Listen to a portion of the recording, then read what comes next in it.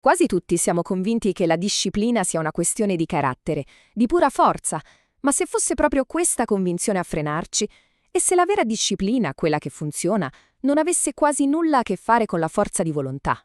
Ecco, è questa la domanda da cui tutto comincia. Perché continuiamo a sforzarci, a sentirci in colpa quando le cose non vanno, senza mai chiederci se per caso non stiamo usando la strategia sbagliata fin dall'inizio? Benissimo, ecco il nostro percorso di oggi.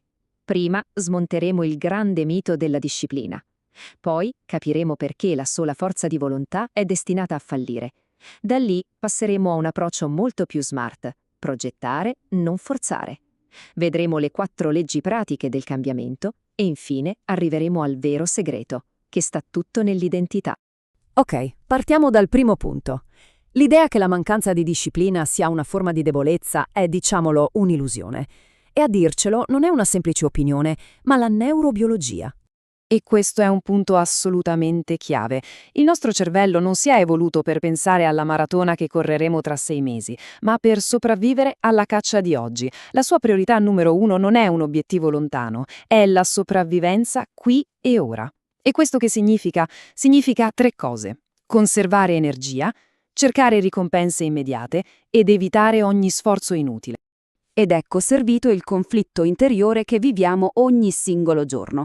Da una parte il mondo moderno ci chiede di essere superproduttivi, coerenti, di avere una visione a lungo termine. Dall'altra la nostra programmazione cerebrale, vecchia di millenni, rema in direzione opposta. Risparmio energetico, piacere immediato. È per questo che molto spesso il divano vince sulla palestra e lo scrolling infinito sullo studio. Non è un difetto di carattere, è semplicemente biologia. E questo ci porta dritti al secondo punto: capire perché affidarsi solo e soltanto alla forza di volontà è una battaglia persa in partenza. La scienza che sta dietro la procrastinazione in realtà è molto chiara. Il concetto fondamentale è questo: facilità cognitiva. Pensiamo al nostro cervello come a un computer con un'impostazione predefinita. Scegliere sempre il percorso che richiede meno energia, meno sforzo mentale, in questo preciso istante. Non sceglie l'opzione migliore in assoluto, ma quella più facile adesso. È pura efficienza, non è razionalità. E questa scelta, il più delle volte, avviene in automatico. A questo proposito c'è una frase di James Clear, l'autore di Atomic Habits, che è illuminante.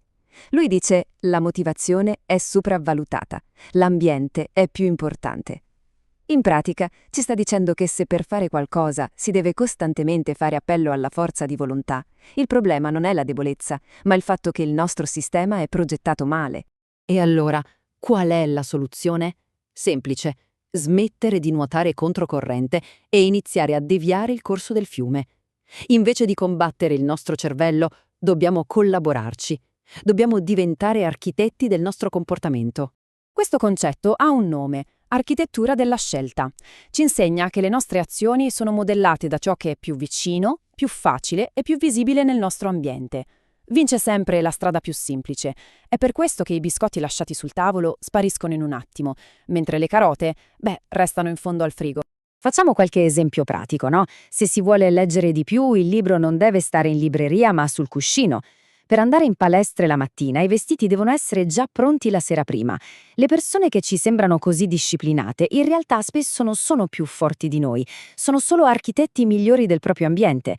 Non si sforzano di più, rendono la scelta giusta quasi inevitabile. Ok, ora scendiamo ancora di più nel pratico. Vediamo 4 leggi precise, veri e propri strumenti per ingegnerizzare delle abitudini che durino nel tempo.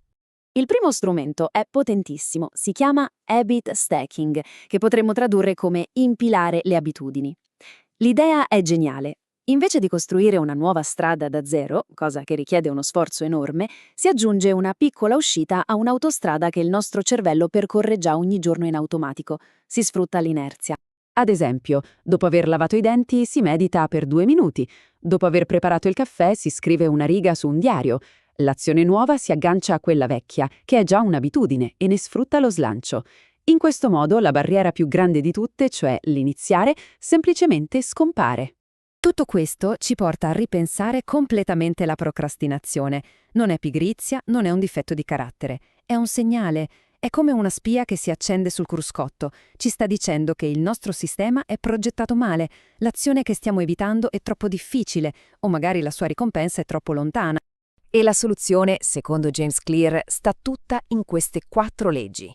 Per costruire un'abitudine bisogna renderla, primo, ovvia, secondo, attraente, terzo, facile e quarto, soddisfacente.